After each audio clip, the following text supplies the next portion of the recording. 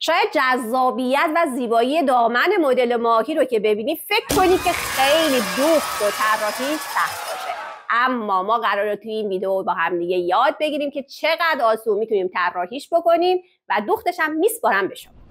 سلام، به یکی دیگه از ویدیوهای الگوسازی ما خوش اومدی. امروز قراره با همدیگه الگوی دامن ماهی رو یاد بگیریم. من امروز به 3 شیوه بهت کشیدن این الگو رو یاد میدم، پس تا آخر ویدیو با من همراه باش که هیچ کدومش از دست ندی. اگر دامنهای مجلسی دیگه ای هم هست که دوست داری یاد بگیری، حتما برای من کامنت بذار که من بدونم که اونها رو برات آموزش بدم. لایک و سابسکرایب هم یادت نره. بدون فوت وقت بریم که بهت این الگو رو یاد بدم. برای کشیدن الگوی دامن مدل ماهی از الگوی پشت جلوی دامن ساده استفاده می‌کنیم. اگر که الگوی دامن ساده رو بلد نیستی، میتونی از ویدئویی که من برای همین مورد ساختم استفاده بکنی. لینکش حتما برات میذارم. خب من الان اینجا میخوام 3 مدل ماهی بهت یاد بدم. اول ساده ترینش این مدله که بهت میگم.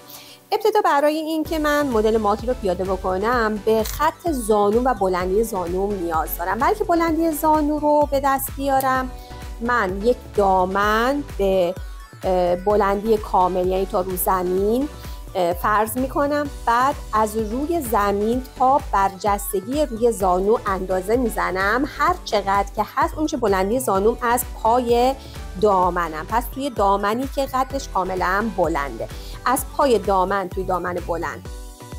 اصولا هم مدل ماهی رو توی دامنی که قدش بلنده لحاظ میکنن دیگه. پس بنابراین دامن کاملا بلنده، از پایین قد زانو رو زدم و میام بالا که قد زانوی من یه چیزی فکر کنم هلوش 40-45 اگه اشتباه نکنم. حالا ولی من میخوام روی این فرضی در نظر بگیرم چون قد دامن من کامل نیست، اینجا یه مقدار کوتاه‌تره. من روی فرض میکنم اینجا قد زانومه.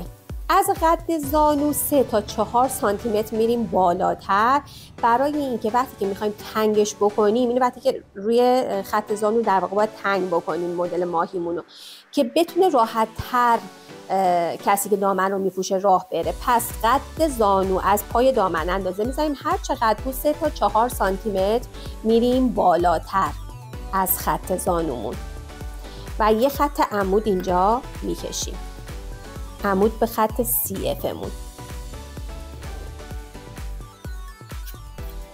از خط باسن 5 سانتی میام پایین، علامت میزنم. روی این خط توی ساده ترین مدل از بغل 2 تا 5 سانتی متر داخل الگو میشم که الان میخوام همین 2 سانت رو اینجا اعمال کنم. 2 سانت داخل الگو میشم، این رو به نقطه 5 وصل میکنم و از اینجا میام یه تکه کاغذ دوباره اضافه میکنم و عوضمان میدم.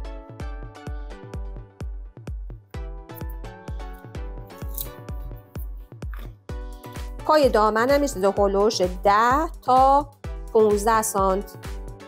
حالا بستگی داره که شما چقدر پارچه بخواید، مدلتون چه شکلیه. 5 سانت هم میتونید برید با توجه به مدلتون. مدل ماهی که خیلی عوضمان نداره، پس بهتر بگیم از 5 تا 15 سانت میتونیم این رو عوضمان بدیم. حالا من اینجا 7 سانت مثلا عوضمان میدم. این رو وصل میکنم به این نقطه‌ای که روی بالای خط زانو داخل شدیم. تنها نکته‌ای که داره اینه که هر چقدر از این خط تا قد لباس من هست، همین رو باید روی این خط علامت بزنم. اگر این کارو نکنیم گوشه های لباسمون میریزه و اینو میاریم به اینجا به صورت هلال وصلش میکنیم. این ساده ترین نوع دامن ماهیه که میتونیم رسمش بکنیم. اما بریم برای یه دامنی که یه کوچولو از این زیباتره. هر تغییری که روی الگوی جلو اعمال میکنیم رو پشت هم همون رو اعمال میکنیم. ولی منتها من به خاطر این میخوام چند مدل یاد بدم، الان ترجیح میدم رو جلو یک مدل و روی پشت یک مدل دیگه براتون طراحی بکنم. توی این مدل، تو مدل قبلی هم پس میتونیم پشت رو دقیقاً مثل همون جلو اون ساده رو اعمال بکنیم، میتونیم ولی پشتش رو حتی مدل پربرشترش هم بذاریم. خیلی توی مدل ها چه اتفاقی میفته که جلو رو یک مدل ساده ماهی پیاده میکنن ولی پشتش رو میان توی ترک میندازن که خیلی قشنگتر باشه، مخصوصا تو لباسایی که دنباله داره لباس خیلی قشنگتر میسته. توی این مدل دوم من میام خط باسنم رو هر چقدر که هست تقسیم بر 3 میکنم.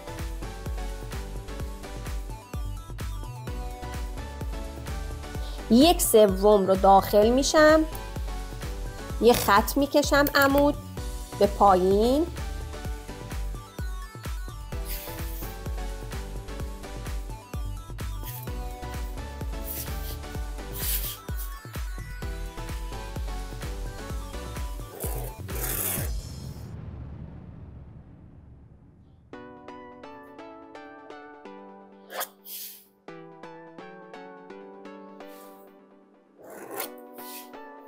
این خط رو به بالا و پایین امتداد دادم. ببینید این پنس باید منتقل بشه دیگه روی این خط، دیگه این پنس رو اینجا نمیگیریم. هر چقدر که این پنس هست که الان 2 سانته، این 2 سانت رو منتقل میکنم روی این خطه.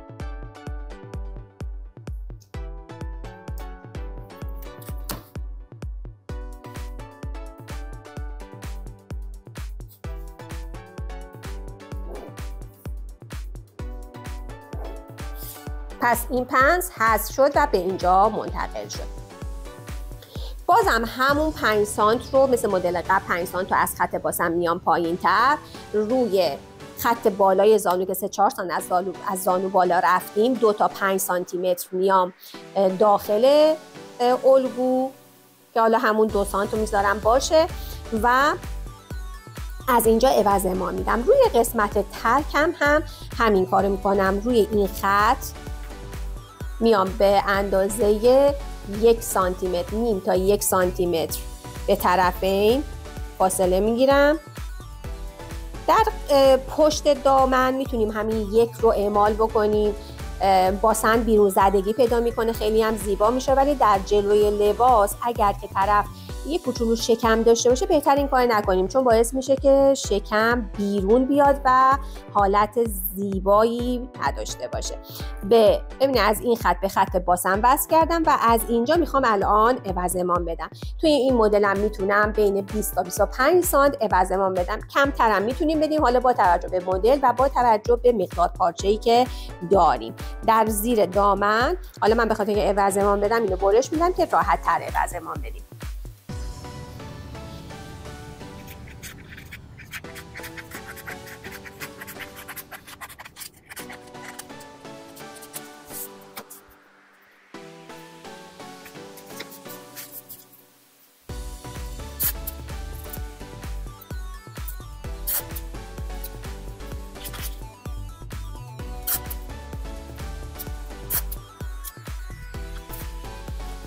خب حالا در پای دامن میایم.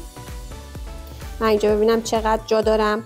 من 26 سانت جا دارم، حالا همون 13 سانت رو عوض اعمال میدم. پس گفتم دیگه میتونین با توجه، الان فکر کنیم مثلا پارچه من اینقدر، من بیشتر از این اجازه ندارم، پس همون 13 سانت هم عوض اعمال میدم.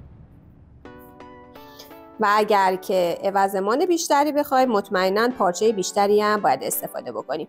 از این نیم سانت که داخل شده بودم به این خط وصل میکنم.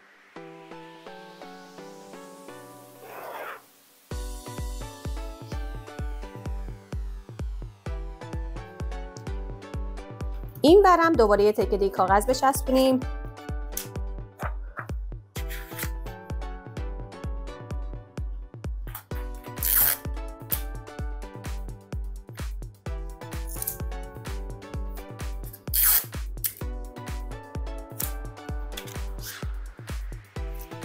خب اینجا رو گفته بودم که یه 2 تا 5 سانت داخل میشیم و بعد به اندازه عوضمان، همین عوضمانی که اینجا دادم که 13 سانته، همین 13 سانت رو از پای دامن خارج میشم. البته چون 2 سانت رفتم تو، میتونم بگم که اینجا میتونیم به جای 13 سانت 11 سانت هم خارج بشیم که عوضماناشون دقیقاً یکی بشه. حالا من 12 گذاشتم و وصل میکنم به اینجا. حالا بریم اینا رو ببریم.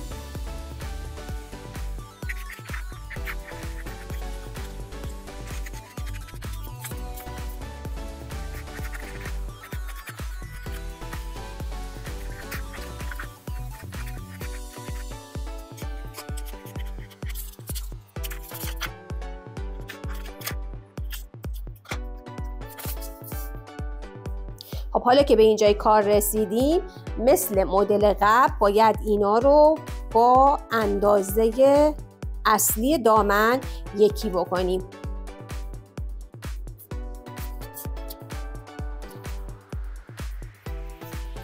برای راحتی کار، برای اینکه پای دامنم قشنگ‌تر در بیاد، بعد از اینکه جلو و پشت و همه رو این کار رو انجام دادم، میتونم اینطوری کنار هم دیگه بچینمش.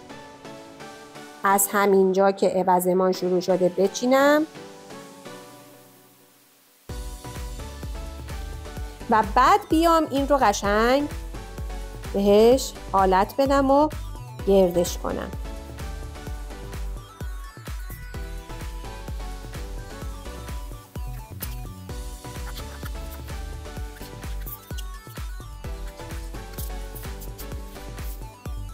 خب این یه مدل ماهیه که به همین سادگی تونستیم اجراش بکنیم. پس پشتم دقیقاً مثل همین اجرا میکنیم، میندازیم روی پارچه و راستاش رو هم که در نظر میگیریم.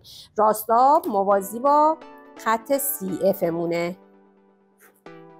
اینجا رو دولای بسته قرار میگیره خط CF و اینا هم که رو دولای باز. تو مدل آخر برای اینکه چین قشنگتری بخوره و یک ایستایی بهتری تو دامنمون داشته باشیم که اصولاً هم توی دامنه های مدل عروس از این استفاده میکنن، به جای اینکه خط باسن رو به 3 قسمت تقسیم میکنیم، اینجا به 5 قسمت تقسیم میکنیم. 1/5 رو داخل میشم یه خط و دوباره 2/5 داخل میشم، دوباره از نو یه علامت میزنم و این خط رو به بالا و پایین گونیا میکنم.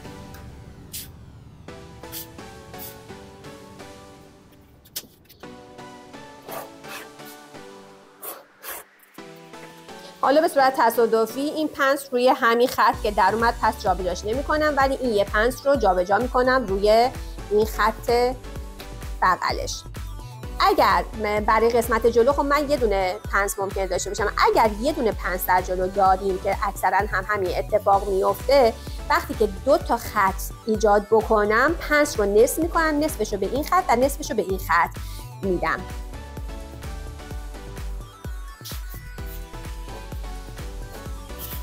پس الان این پنس حذف شد و به اینجا منتقل شد.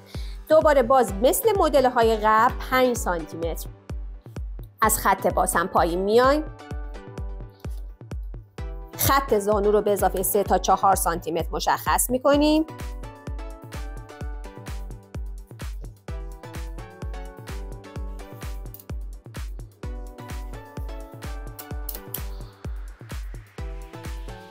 اینم 3 تا 4 سانت علامت بزنم و بعد یه خط گونیا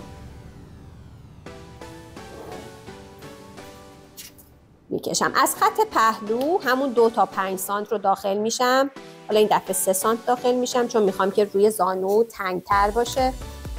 این خط رو به این 5 سانت وصل میکنم و روی این خط ها هر کدوم نیم سانت به طرفین علامت میزنم و از بالا به خط باسن وصل میکنم. به این خط روی باسن اینجا.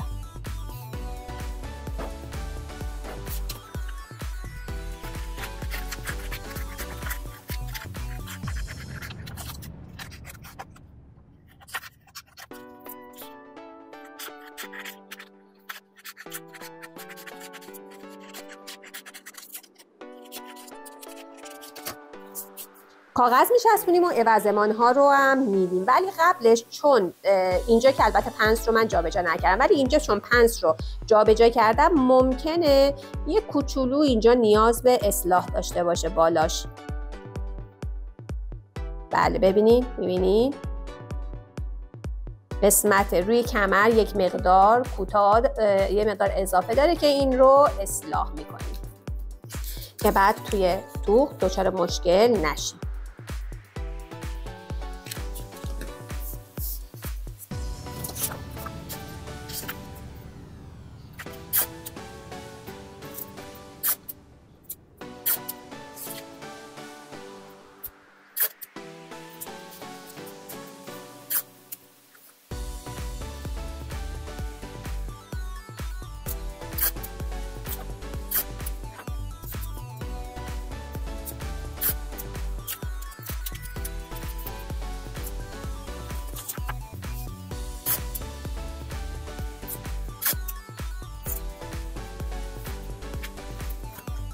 حالا میایم عوضمانمون رو میدیم، میتونیم از 5 سانت تا 20-25 سانت من اینجا عوضمان بدم.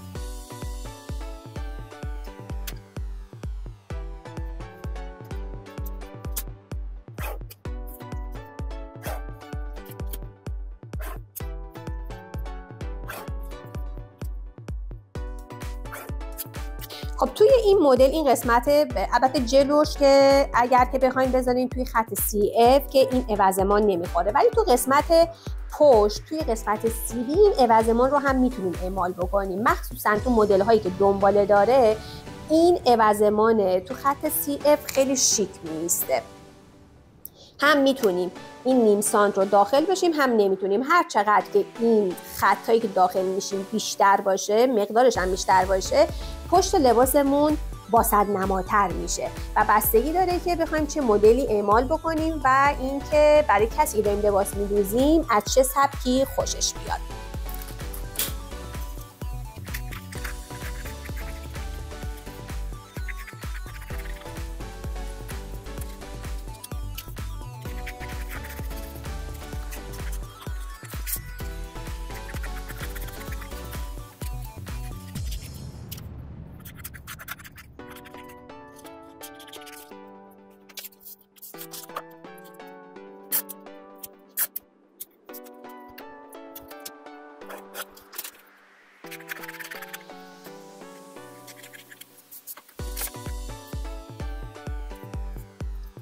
خب حالا میایم کنارهاش رو با وسطش اندازه هاش رو یکی میکنیم. میتونیم هم اول بذاریم کنار هم دیگه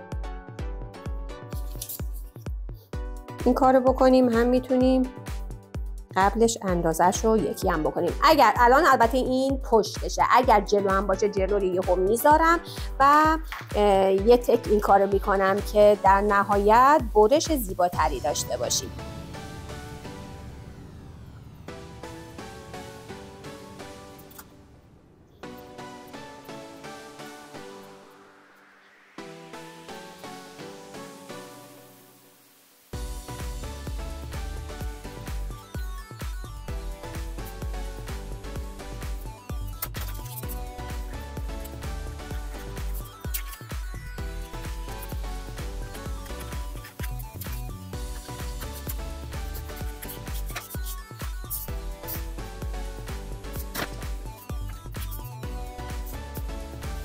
به این صورت ما 3 تا مدل رو اینجا بهتون آموزش دادم.